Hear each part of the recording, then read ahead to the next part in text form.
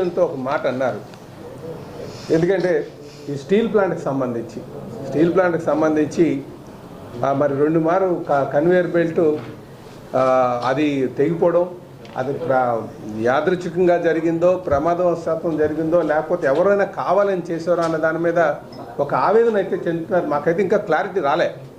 ముఖ్యమంత్రి గారికి ఇనీషియల్గా వచ్చే మరి కేంద్ర సహకారం ఆయన యూనియన్ సెక్రటరీ వచ్చారు, డిప్యూటీ సెక్రటరీ అనుకుంటా. ఆయన వచ్చి ఆయన ఇచ్చినటువంటి నివేదిక ప్రకారంగా ఇక్కడ ఏదో కొన్ని అనుమానాలు దారితీస్తుందని చెప్పడం జరిగింది.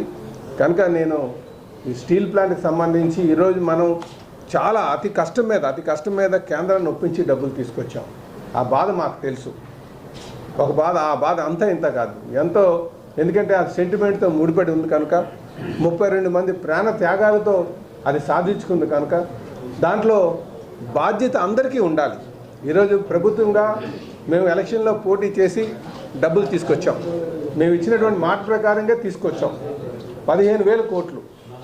ఈరోజు చెప్పాలంటే చాలామంది నాకు ఆ రోజు చెప్పింది ఏంటంటే 3,000 కోట్లు వస్తే సరిపోతుందని, ముందు నడిచేస్తుందని. అలాంటిది కేంద్రం నుంచి 11,440 కోట్లు తీసుకొచ్చాం. రాష్ట్రం నుంచి సుమారు 2,600 కోట్ల రూపాయలు మనం పెట్టాం. నేను చెప్తున్నాను, ఈరోజు ఈ దేశంలో, ఈ ఫ్రీ ఇండియాలో మనకి స్వాతంత్రం వచ్చిన దగ్గర నుంచి ఈరోజు తీసుకుంటే ఒక రాష్ట్ర ప్రభుత్వం కేంద్ర సంస్థకి డబ్బులు పెట్టినటువంటి దాఖలాలు లేవు. ఈరోజు సెంటిమెంట్ కనుక మీరు ఎక్కడైనా చూపిద్దాం, ఈ దేశంలో ఉన్నటువంటి 29 రాష్ట్రాలకు వెళ్ళండి, ఎక్కడైనా ఇచ్చారో ఒకసారి చూడండి.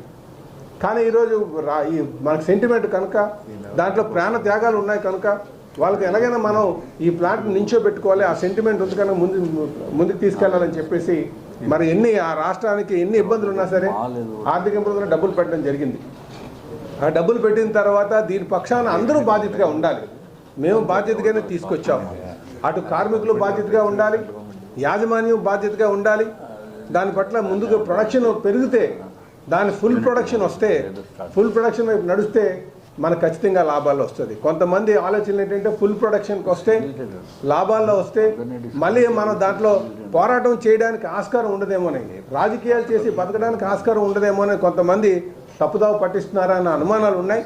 దయచేసి మేము ఈరోజు ఆవేదనతో మాట్లాడుతున్నాం.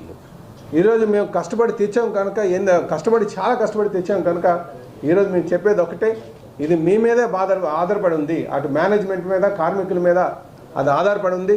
మేము ఎప్పుడు కూడా ఆ ప్లాంట్ పరిరక్షించడానికి ముందే ఉంటామని చెప్పి తెలియజేస్తున్నాను. ఆ తీసుకొచ్చినటువంటి డబ్బులు పట్ల, 32 మంది ప్రాణ త్యాగాల పట్ల, అలాగే నిర్వాసితులు ఇచ్చినటువంటి స్థలాలు త్యాగం చేసి ఇచ్చినటువంటి స్థలాలు దృష్టిలో పెట్టుకొని అందరూ బాధ్యతగా ఉండాల్సినటువంటి అవసరం ఉందని చెప్పి ఈ సందర్భంగా తెలియజేస్తున్నాను. నమస్కారం.